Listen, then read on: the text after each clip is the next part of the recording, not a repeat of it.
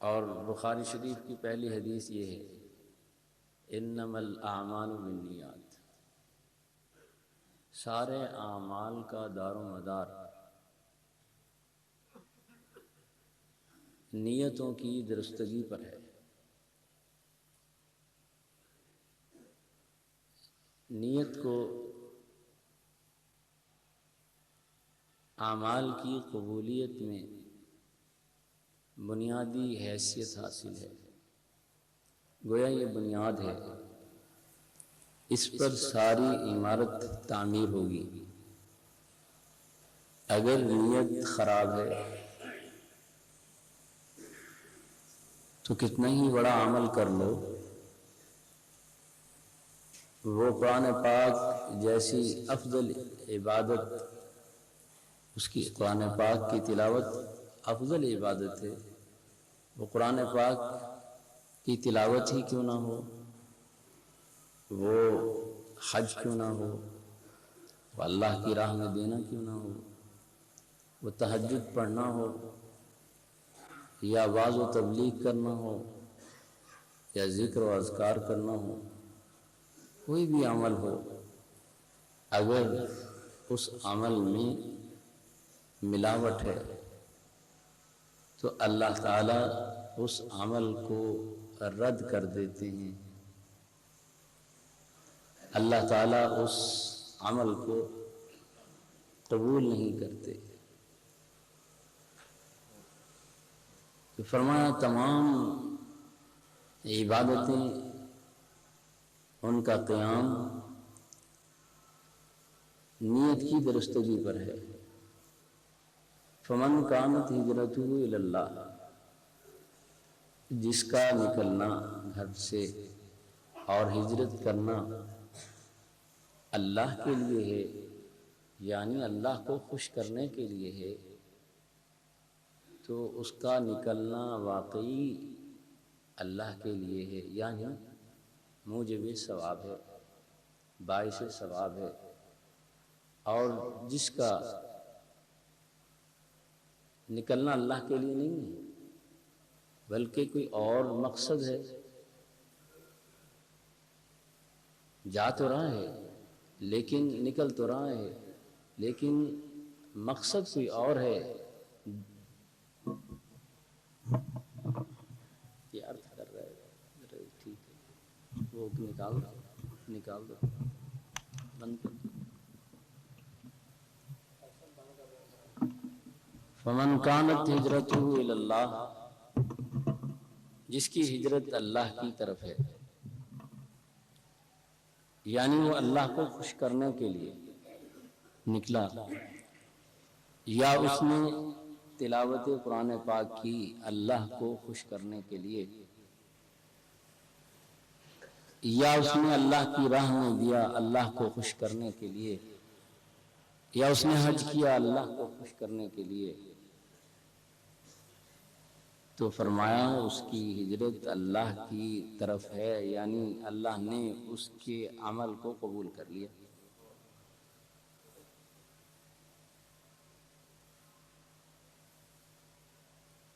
جتنے اعمال ہیں اگر ان کے اندر نیت کا فساد ہے وہ مردود اور رد کر دیے جاتے ہیں۔ ایک عمل ایسا ہے کہ وہ کسی صورت بھی رد نہیں کیا جاتا، ایک عمل انسان کا ایسا ہے کہ اگر وہ کافر بھی کرے، مسلمان گناہ گار تو ایک طرف، اگر وہ عمل کافر بھی کرے تو وہ رد نہیں کیا جاتا۔ وہ کیا عمل ہے؟ وہ عمل انسان کا اللہ کے خوف سے اپنی آنکھوں کا آنسو بہانا اور ٹمٹمانا ہے۔ جب یہ آنکھ روتی ہے تو یہ آنسو اللہ تعالیٰ کے ہاں رد نہیں ہوتا۔ باقی سب عمل رد کر دیے جاتے ہیں۔ اگر کافر بھی اللہ کے سامنے رو پڑے تو اللہ تعالیٰ اس کے ان آنسوؤں کی لاج رکھ لیتے ہیں۔ مسلمان رو پڑے تو اللہ تعالیٰ کی رحمت کو جوش آ جاتا ہے، مغفرت فرما دیتے ہیں۔ تو فرمایا کہ سارے عمل مردود ہیں، کب؟ جب ان کے اندر اللہ کو خوش کرنے کا داعی ہے۔ آگے فرمایا جس کی ہجرت اللہ کو خوش کرنا نہیں بلکہ دنیا کو حاصل کرنا یا شادی بیاہ کرنا، کہ وہاں کوئی عورت ہے اسے شادی کر لوں گا، تو فرمایا کہ اس کی ہجرت اپنے اس مقصد کی طرف ہے جس کا اس نے دل میں ارادہ کیا، اس کو اس پر ثواب نہیں ملے گا، اس کو اس پر ثواب نہیں ملے گا۔ تو نیت کی درستگی دراصل اخلاص کہلاتا ہے۔ نیت کی درستگی کیا ہے؟ نیت کی درستگی کو اخلاص کہتے ہیں۔ اخلاص کیا ہے؟ حضرت امام احمد بن حنبل رحمہ اللہ فرماتے ہیں کہ اخلاص یہ ہے کہ انسان اپنے دل سے ہر قسم کا کھوٹ جو اجر و ثواب کو ضائع کرنے والا ہو وہ نکالتا ہے۔ ہمارے حضرت مولانا عبدالغفور مدنی رحمۃ اللہ علیہ اخلاص کی تعریف یوں کیا کرتے تھے کہ عدم رویت الاخلاص فی اخلاصی، کہ آدمی ہو تو مخلص، کام اس نے اللہ کو خوش کرنے کے لیے کیا، لیکن اپنے آپ کو غیر مخلص کہہ رہے، بس کہیں نہیں اس میں یہ کمی ہے، اس میں یہ کمی ہے، اس میں یہ کمی ہے، اس میں یہ۔ اپنے اخلاص کو عدم رویت الاخلاص، اپنے اخلاص کو اپنے اخلاص میں نہ دیکھنا، تھا تو مخلص لیکن کہتے ہیں نا۔ اور واقعی اگر یہ آدمی یہ کہہ دے کہ بھئی قبول ہو گیا، یہ تو دعویٰ ہے، اسے کس نے بتایا قبول ہو گیا؟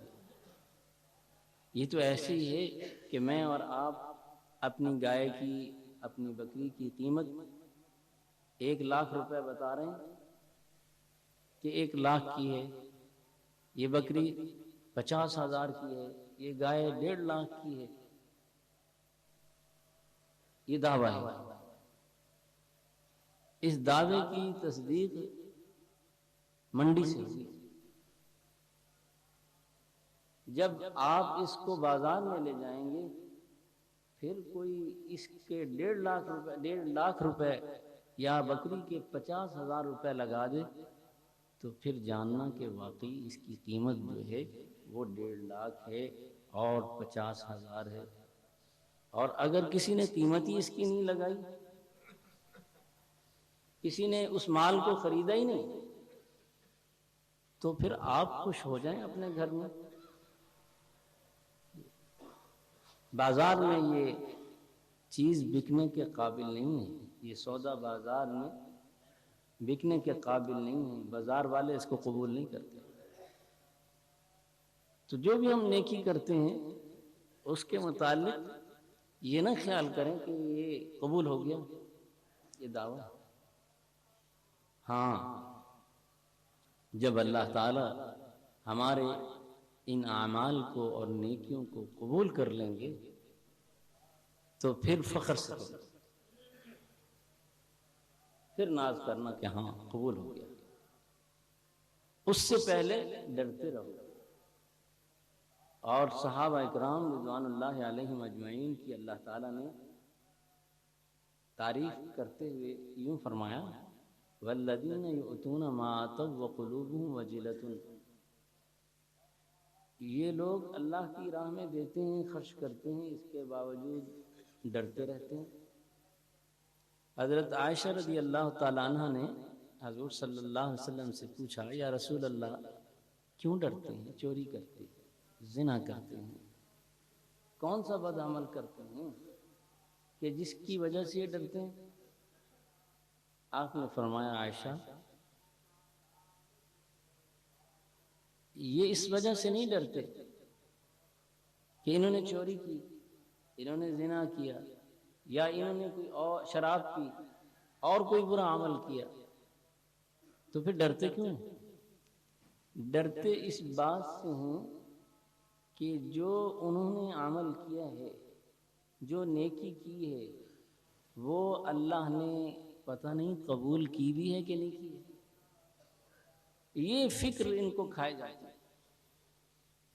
یہ فکر ان کو اندر سے گھلائے جاتی ہے، یہ ہر وقت فکر مند رہتے ہیں، مطمئن نہیں رہتے، نیک عمل کر کے مطمئن نہیں ہوتے بلکہ فکر مند رہتے ہیں کہ پتہ نہیں مولا کو ہمارا عمل پسند آیا کہ نہیں آیا، مولا کو۔ ایک واقعہ ہے کہ ایک لڑکی کو اس کی سہیلیاں دلہن بنا رہی تھیں، سجا رہی تھیں،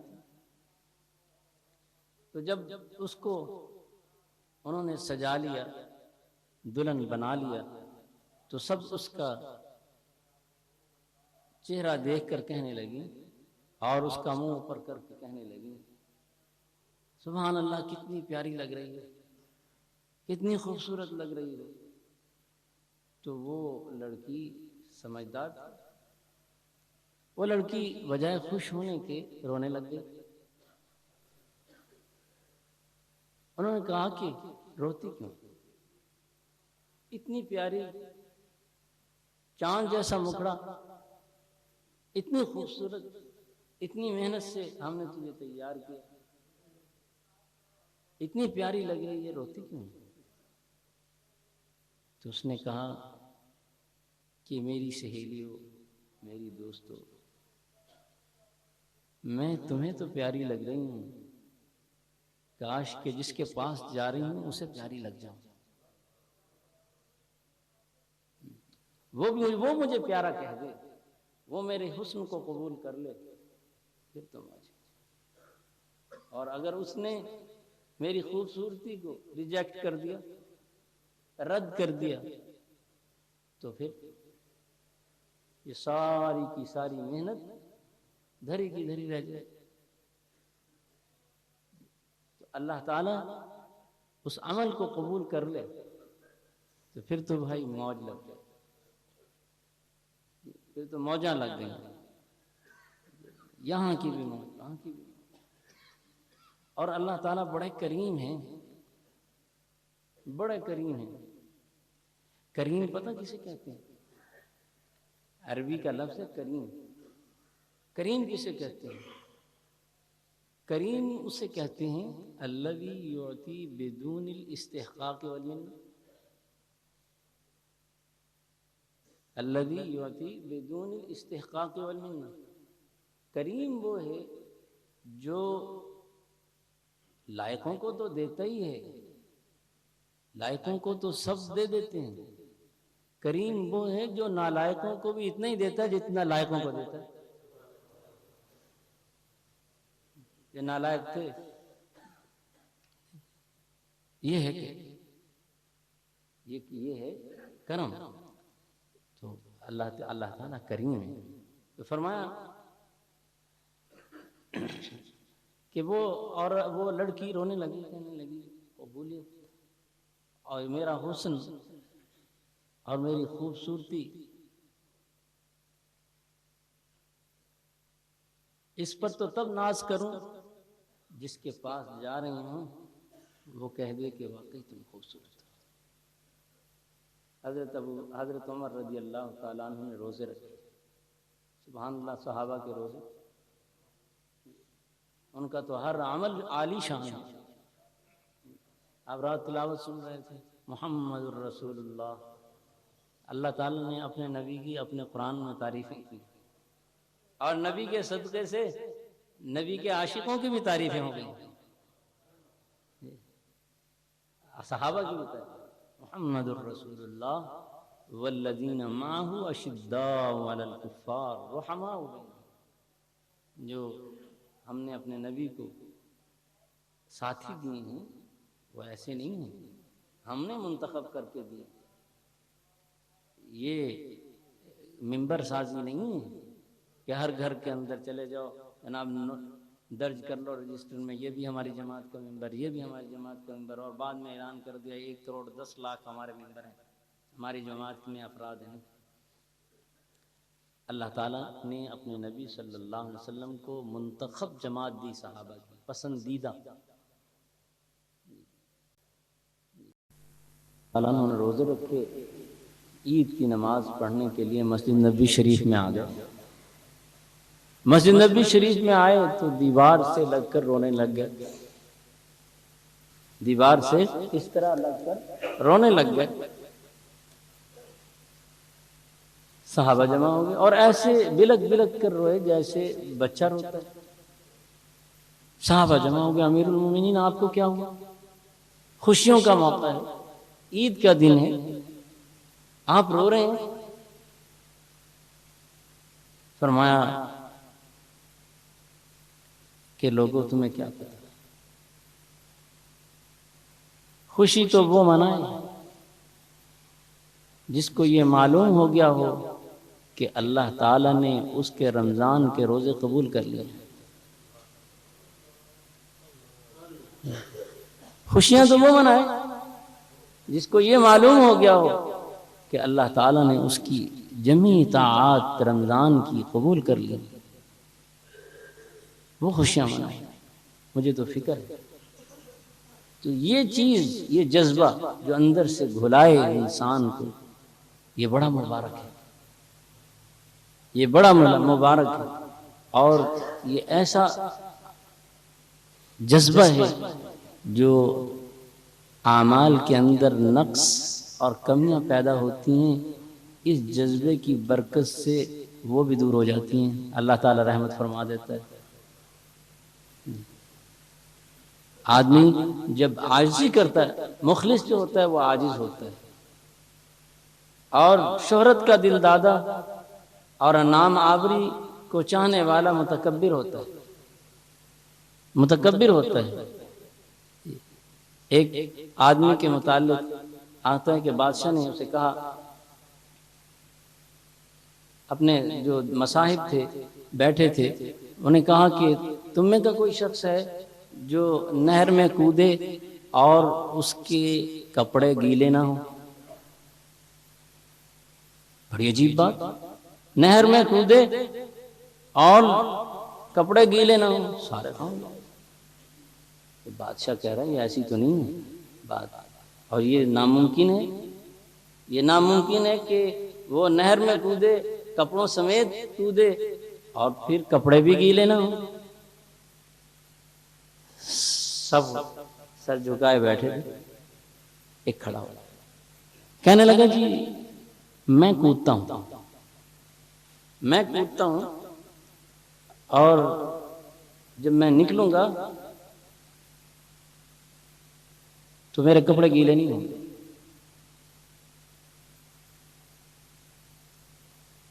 اچھا، اب سب حیران کہ اس کے پاس کیا عمل ہے، جی اس کے پاس کیا عمل ہے کہ یہ نہر میں کودے گا، پانی میں غوطہ لگائے گا اور کپڑے جو ہیں وہ گیلے نہیں ہوں گے، تر نہیں ہوں گے، ناممکن ہے۔ اچھا تم واقعی؟ ہاں جی بالکل بالکل، آپ نے فرما دیا یہ ہوگا۔ اچھا جاؤ، اب سب تماشا دیکھنے لگے کہ بے وقوف ہے، اس کی گردن اڑا دے گا بادشاہ، وہ کہے گا کہ ہم سے مذاق کیا تم نے۔ اور جناب سب دیکھ رہے، سب نے اپنے دلوں پر ہاتھ رکھے ہوئے کہ دیکھو بنتا کیا ہے اس بے وقوف سے، اس بے وقوف کے ساتھ بنتا کیا ہے۔ وہ گیا، دوڑا اڑ گیا، جا کے غوطہ لگا دیا، باہر آ رہا تھا تو کپڑے گیلے تھے۔ بادشاہ کو غصہ آ گیا، تم نے ہمارے ساتھ مذاق کیا۔ ہم نے تمہیں کہا تھا کہ کپڑے گیلے نہیں ہونے چاہیے اور تم نے دعویٰ کیا تھا کہ کپڑے گیلے نہیں ہوں گے، یہ کیا؟ اس نے کہا حضور والا آپ کا حکم ماننا تھا، کپڑے گیلے ہو گئے، اس کی معافی چاہتا ہوں، غلطی ہو گئی، کپڑے گیلے ہو گئے، میں نے تو آپ کا حکم ماننا ہے، باقی یہ کمی رہ گئی تو اس کی معافی چاہتا ہوں، لیجیے۔ بادشاہ راضی ہو گیا، اتنی سی بات میں بادشاہ راضی ہو گیا، تو وہ بادشاہ کی بات پر عمل کرنے میں مخلص تھا، اور مخلص تھا جب آیا اب بادشاہ کی جو ریکوائرمنٹ تھی وہ اس نے پوری نہیں کی، جو تقاضا بادشاہ نے کیا تھا وہ اس نے پورا نہیں کیا، لیکن کیا کیا؟ اس تقاضے کی تلافی اور اس ناراضگی کی تلافی کیسے کی؟ دونوں ہاتھ جوڑ کر۔ تو فرمایا والذین یؤتون ما آتوا وقلوبهم وجلۃ، اتنے بڑے عمل کرتے ہیں، اتنے بڑے عمل کرتے ہیں، راتوں کو یہ جاگتے ہیں، جہاد یہ کرتے ہیں، سخاوت یہ کرتے ہیں، اللہ کے لیے بھوکے یہ رہتے ہیں، اللہ کے لیے لوگوں کو کھانا یہ کھلاتے ہیں، وَيُطْعِمُونَ الطَّعَامَ عَلَىٰ حُبِّهِ مِسْكِينًا وَيَتِيمًا وَأَسِيرًا، جی یہ کھانا کھلاتے ہیں یتیموں کو، مسکینوں کو، قیدیوں کو۔ ہمارے ابا جی رحمۃ اللہ علیہ ہر سال بقرعید پر گوشت پکا کے جیل میں دیا کرتے تھے، دیگوں میں ایک پک گئی، دو پک گئی، جتنی بھی ہوا تو گوشت پکا کے جیل میں دے دیا کرتے کہ قیدیوں کو کھلاؤ۔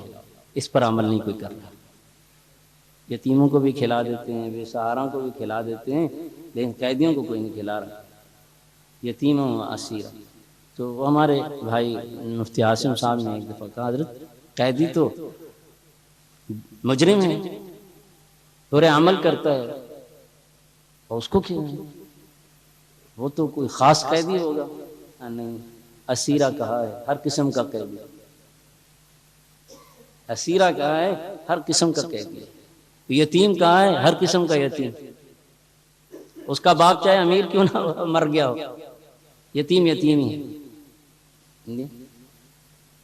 تو اور مسکین ہے، ہر قسم کا مسکین، چاہے وہ کسی قسم کا ہو، کتنی اونچے نسب کا ہو، کتنی اچھی فیملی کا ہو، مسکین تو مسکین ہی۔ تو اخلاص سے عمل کرنے والے کے اندر تواضع ہوتی ہے، اور جو غیر مخلص ہوتا ہے وہ تکبر کا شکار ہوتا ہے۔ تو اعمال کو بھی کیڑا لگتا ہے، کبھی تکبر کا لگ گیا، کبھی ریا کا لگ گیا، کبھی حسد کا لگ گیا، کبھی کینہ کا لگ گیا۔ حضور صلی اللہ علیہ وسلم نے فرمایا وہ آدمی جس کی زبان سچی ہو، وہ آدمی جس کی زبان سچی ہو اور دل محفوظ ہو، وہ جنتی ہے۔ جس کی زبان سچی ہو اور دل محفوظ ہو وہ جنتی ہے۔ صحابہ نے پوچھا یا رسول اللہ ہمیں سچی زبان کے متعلق تو پتہ چل گیا، یہ دل کا محفوظ ہونا کیا ہے؟ دل کا محفوظ ہونا کیا ہے؟ آپ اس کے متعلق کچھ ہمیں بتا دیجیے۔ وہ پوچھتے تھے عمل کرنے کے لیے، وہ پوچھتے تھے عمل کرنے کے لیے۔ تو آپ اس کے متعلق ہمیں بتا دیجیے۔ آپ نے فرمایا کہ محفوظ دل وہ ہے جو کینہ سے پاک ہو، تکبر سے پاک ہو، حسد سے پاک ہو۔ الا من اتى اللہ بقلب سلیم، جو ان چیزوں سے پاک ہو، ان کیڑوں سے پاک ہو، وہ دل محفوظ ہے۔ جس کے پاس سچی زبان ہوگی، دل محفوظ ہوگا، جنتی ہے۔ محفوظ کس سے؟ تکبر سے محفوظ ہوگا، حسد سے محفوظ ہوگا، ریا سے محفوظ ہوگا، کینہ سے، بغض سے۔ دیکھیں یہ بیماریاں ہیں دل کی۔ حضرت علی رضی اللہ تعالی عنہ کے متعلق آتا ہے کہ ایک یہودی کو یا ایک کافر کو بڑی مشکل سے قابو کیا اور چت کیا،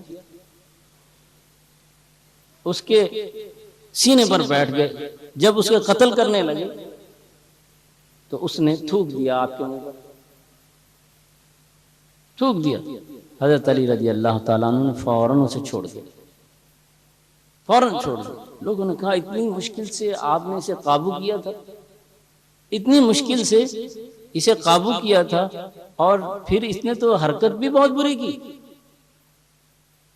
بہت بری کی کہ آپ کے منہ پر تھوک دیا.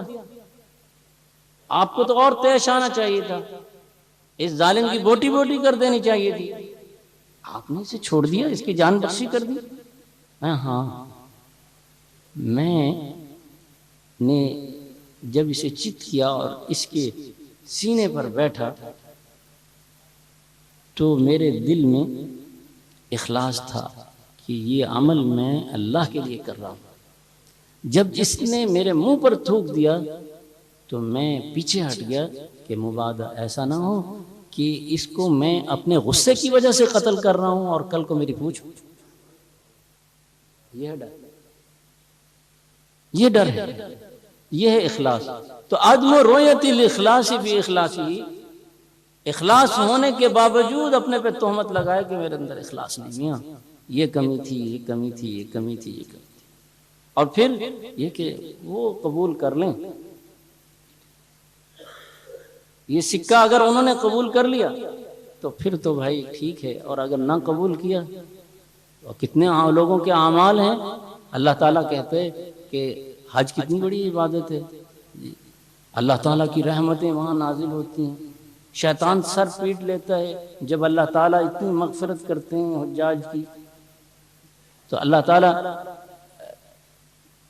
اس عمل کے متعلق بھی یہ فرماتے ہیں. کتنے حاجی ہیں ان کے متعلق وہ کہتے ہیں لبیک حاضر ہو گیا، لبیک حاضر ہو گیا، غلام حاضر ہو گیا. لبیک غلام حاضر ہو گیا، نوکر حاضر ہے جی، غلام حاضر ہے. لبیک واللہ کی طرف ادھر سے جواب آتا ہے لا لبیک ولا سعدیک، تیری کوئی حاضری قبول نہیں، تیری کوئی حاضری قبول نہیں. تو بتاؤ اگر وہاں سے یہ جواب آ جائے کہ لا لبیک ولا سعدیک تو پھر آپ کس بات پر خوش ہو رہے؟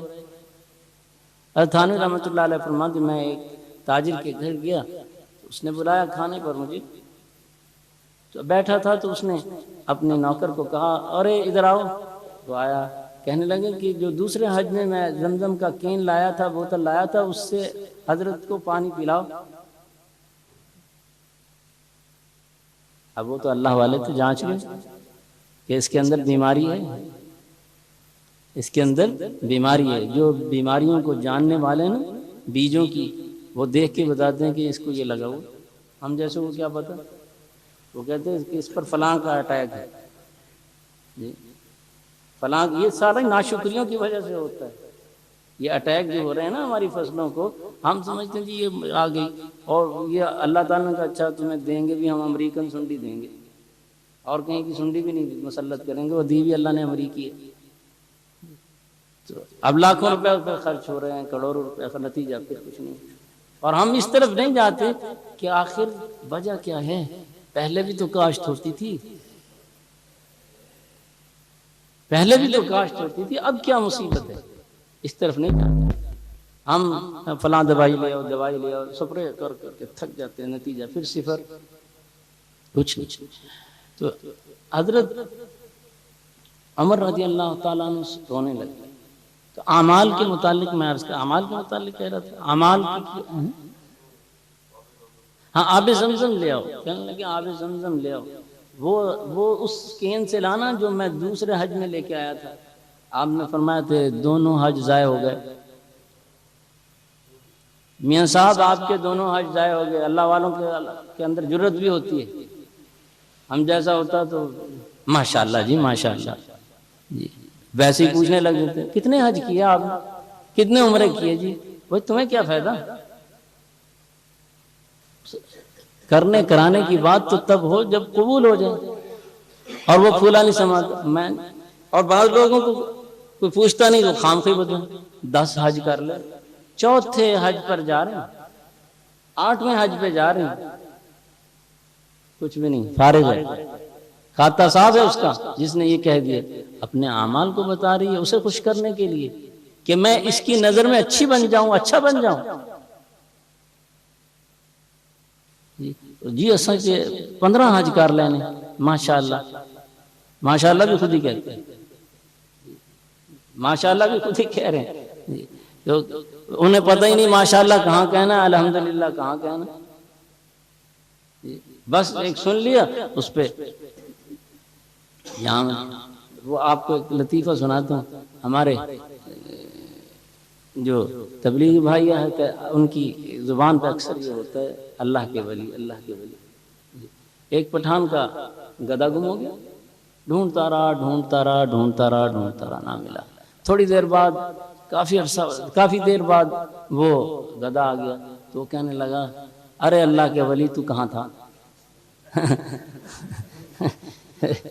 میں تجھے ڈھونڈتا رہا اللہ کے ولی اب وہ پتہ ہی نہیں کہ کوئی کہاں ماشاءاللہ کہنا ہے کہاں الحمدللہ کہنا کوئی پتہ نہیں بس خود ہی ماشاءاللہ جی 15 حج کار کی دن جی 8ویں دے ویند آتے ہیں جی 50 عمر کی دن کس کو بتا رہے ہیں کس پہ ناز اپنے آپ کو ان کی نظر میں اچھا بنانے کی کوشش حضرت نے فرمایا دونوں ہی ختم جرت ہوتی ہے اللہ والا انہوں نے کہا اب ہم جیسا ہوتا ہے یار روٹی پتہ نہیں دے گا نہیں دے گا بھوکا یا نکال دے گا چلو خاموش ہو جاؤ بعد میں خط لکھ دیں گے صحیح بات ہے ہم جیسا تو ہوتا ہے ایسے بابا گھر سے نکال دے گا اور اس نے پہلے تو کچھ کھلانا پلانا ہوگا مرغی وغیرہ پھر دال دول یا اچار لے آئے گا جی اور کبھی بیوی کو ڈانٹے گا کبھی بچوں کو ڈانٹے گا سنانا تم سے ہوگا تاکہ اٹھ کے چلا جائے جی سنانا جب ساس جو ہے وہ اپنی بہو کی بے عزتی کرنا چاہتی ہے اور اسے ڈانٹنا چاہتی ہے تو اپنی بیٹیوں کو زور زور سے کہتی ہے وہ مقصد اس کو خراب کرنا ہوتا ہے بیٹی سے تو اسے بہت محبت ہے تو یہ فرمایا کہ تیرے دونوں حج گئے میاں تاجر صاحب سیٹھ صاحب میاں صاحب شیخ صاحب آپ کے دونوں کھاتے صاف ہو گئے دونوں کھاتے صاف ہو گئے 2 حج کیے ختم کس کو بتا رہے کیا وہ نہیں دیکھ رہا تھا آپ کے عمل کو اور پھر ہاں اگر قبول ہو گئے ہوں تو پھر تو ٹھیک تو فرمایا اجمع رؤیت الاخلاص باخلاص حضرت ابو بکر صدیق سے کسی نے پوچھا کہ اخلاص کیا ہے ابو بکر رضی اللہ تعالیٰ عنہ سے پوچھا کہ اخلاص کا کیا ہے آپ نے فرمایا اخلاص یہ ہے کہ آدمی دنیا کو آخرت کے لیے چھوڑ دے آخرت کو ترجیح دے دنیا کے مقابلے میں آدمی دنیا کے مقابلے میں آخرت کو ترجیح دے اور آخرت کے مقابلے میں مولا تعالی کو ترجیح دے اللہ کو ترجیح دے آخرت بھی چھوڑ دے حضرت باعث بستامی رحمہ اللہ غالباً فرمایا کرتے تھے اللہ تعالیٰ کہتا ہے منکم من یرید الدنیا ومنکم من یرید الآخرہ تم میں کہ کچھ دنیا کے عاشق ہیں اور کچھ جنت کے عاشق ہیں کچھ جنت کے چاہنے والے ہیں کچھ دنیا کے مت والے ہیں این من یرید اللہ اللہ کو چاہنے والے کہاں ہیں ارے اللہ کو چاہنے والے کون ہیں اللہ کو چاہو گے یہ ساری چیزیں مل جائیں گی دنیا بھی ملے گی اور جنت تو خود بخود ملے گی اللہ این من یرید اللہ یہ ہے اخلاص حضور صلی اللہ علیہ وسلم نے اللہ کی عبادت جنت کے لالچ کی وجہ سے کی جہنم کے خوف سے کی نہیں اللہ کو خوش کرنے کے اسألک رضاک والجنہ دیکھ حضور صلی اللہ علیہ وسلم کو اللہ تعالیٰ نے ایسی عقل عطا فرمائی تھی کہ کوئی بھی بات بے ترتیب نہیں تھی کہ قیامت تک کوئی یہ نہیں کہہ سکتا کہ تمہارے نبی کی یہ بات جو ہے بے ترتیب تھی غیر مرتب تھی اگر کسی کی تقدیم کی ہے کسی بات کو پہلے کیا اس میں حکمت رکھی اس کو مؤخر کیا اس میں بھی حکمت اسألک رضاک والجنہ اللہ پاک میں تیری خوشنودی اور تیری رضامندی طلب کرتا ہوں اور بعد میں کہا والجنہ والجنہ جنہ کو کیوں مانگ رہے ہیں کہ تو وہاں ملے گا ملاقات تیری وہاں ہوگی اور جنت میں نے رات بھی عرض کیا جنت کیا ہے فرمایا کہ سرۃ المومن جنت کے جنت مومن کا عمدہ ترین مقام ہے، اور اتنا عرش سے کتنا قریب ہے. فرمایا کہ یسمع عطیت العرش، جنتی عرش کی چرچراہٹ ہوتی ہے، جیسے کرسی پہ بیٹھو یا پلنگ پہ بیٹھو تو اس کی چرچراہٹ سے ہوتی، جنت عرش کی چرچراہٹ سنیں گے، اتنی نزدیک ہے عرش سے. اور اس کے اوپر اللہ تعالیٰ، اس پر اللہ تعالیٰ، تو اللہ تعالیٰ سے کیا مانگا؟ اسألک رضا کا، اللہ میں آپ کی خوشی مانگتا ہوں، آپ خوش ہو جائیں. آپ خوش ہو گئے تو سب چیز مل جائے گی، جہنم سے نجات بھی مل جائے گی اور جنت بھی مل جائے گی. فرمایا اسألک رضاک والجنہ واعوذ بک من سخطک. پھر فرمایا والنار، میں پناہ مانگتا ہوں آپ کی ناراضگی سے، کہیں آپ مجھ سے خفا نہ ہو جائیں.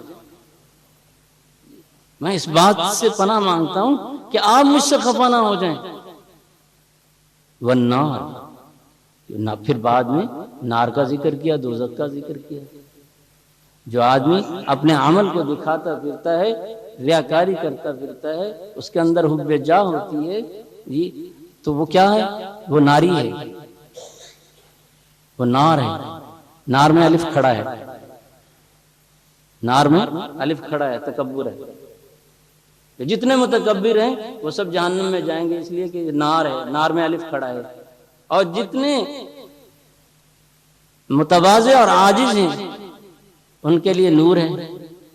واؤ بیچارہ سر ڈالے رکھتا ہے، واؤ کا سر ڈالا رہتا ہے. کیوں بھی مولانا حبیب الرحمان، واؤ کا سر نیچے رہتا ہے، تو جس کا سر نیچے رہے گا اللہ تعالیٰ اسے اونچا کرے گا، اور جس کا سر اوپر رہے گا اللہ اسے نیچے کرے گا.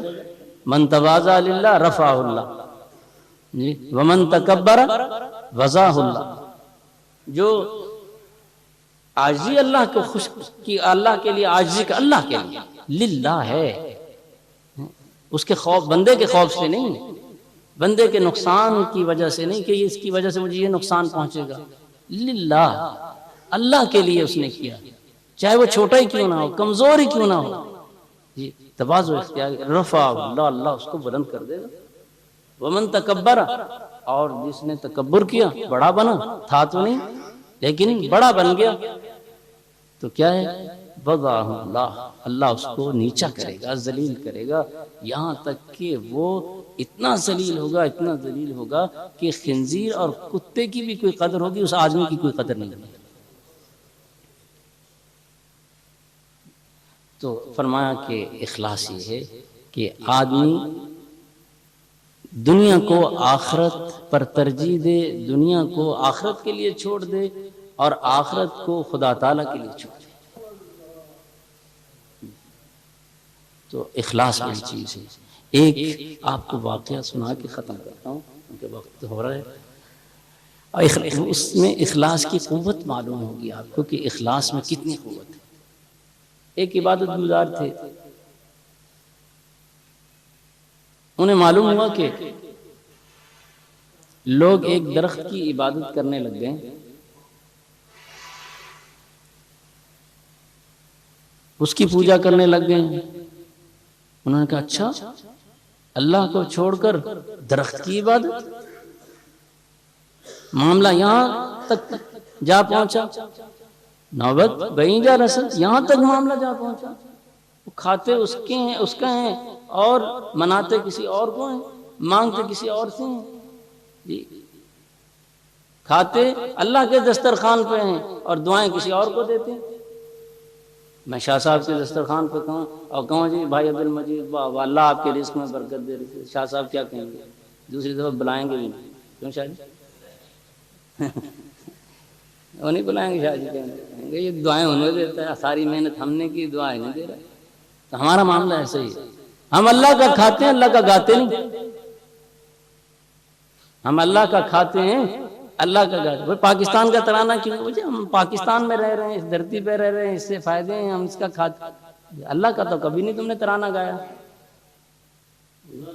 جو تمہیں بھی کھلا رہا ہے، تمہارے ماں باپ کو بھی کھلا رہا ہے، تمہارے بچوں کو بھی کھلا رہا ہے، تمہارے عزیز اقارب کو بھی، ساری دنیا کو پال رہا ہے، رب العالمین ہے جی، رب العالمین۔ اس کا ترانہ گاتے ہوئے تمہیں پتہ نہیں کیا ہو جاتا ہے، اس کے ترانے میں نہ کھڑے ہوتے ہو، نہ جھکتے ہو، نہ بیٹھتے ہو۔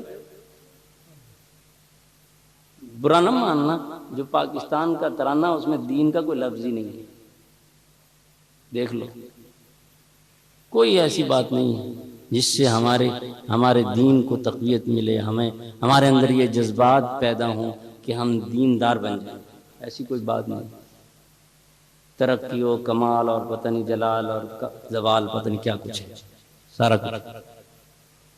تو یہ بات یہ ہے کہ اللہ کا ترانہ گاتے ہوئے ہمیں شرم آتی ہے، اور لوگوں کی خوش آمدیں، لوگوں کی تعریفیں کرتے ہوئے تو اللہ تعالیٰ اس چیز کو ناپسند کرتے ہیں۔ جب آپ ناپسند کرتے ہیں کہ آپ کے دسترخوان پر کوئی کھائے اور دعائیں کسی اور کو دے، تو اللہ تعالیٰ پسند کرتا ہوگا کہ بندہ میرا کھا رہا ہے اور گا کسی اور کا رہا ہے؟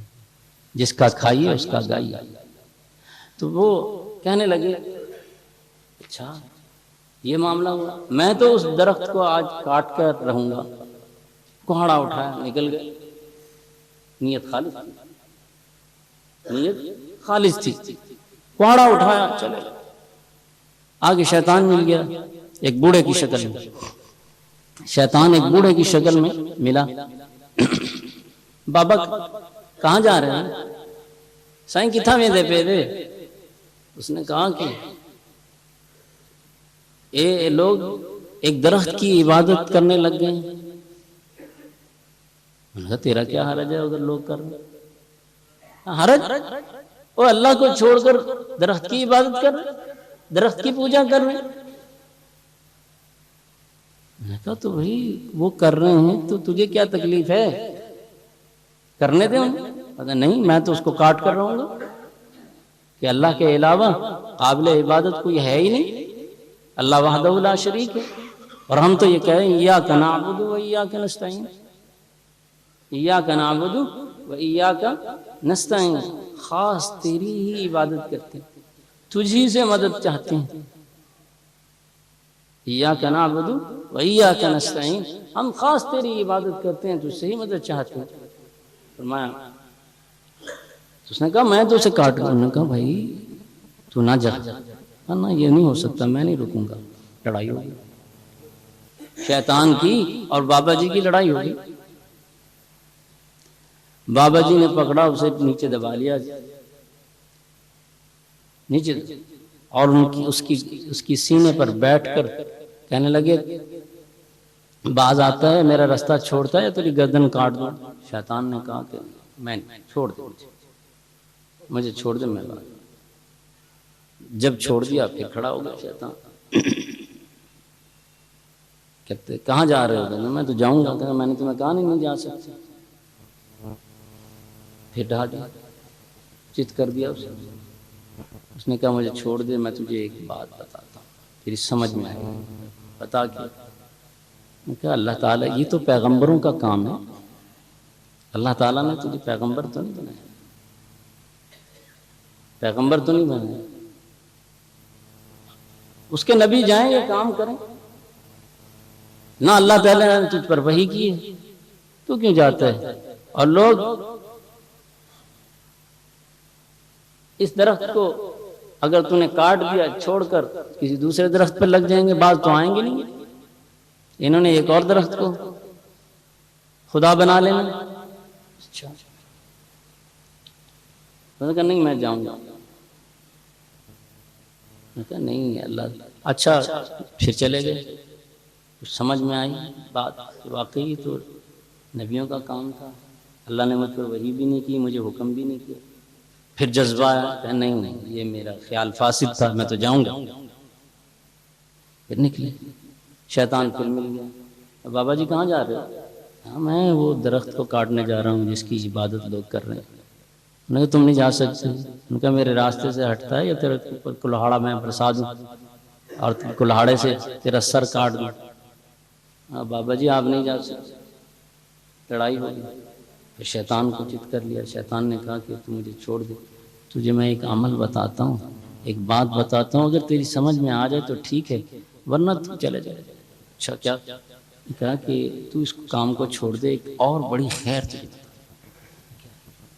کہنے لگے کہ تو جا، چھوڑ اس کو، اور لوگوں کا کیا ہے، اس کو کاٹ بھی دے گا، دوسرے پاس چلے جائیں گے، اس کو کاٹے گا، تو سارے جہان کے درخت کاٹے گا، کتنے کے کاٹ لے گا، یہ تو بعد نہیں آئیں گے۔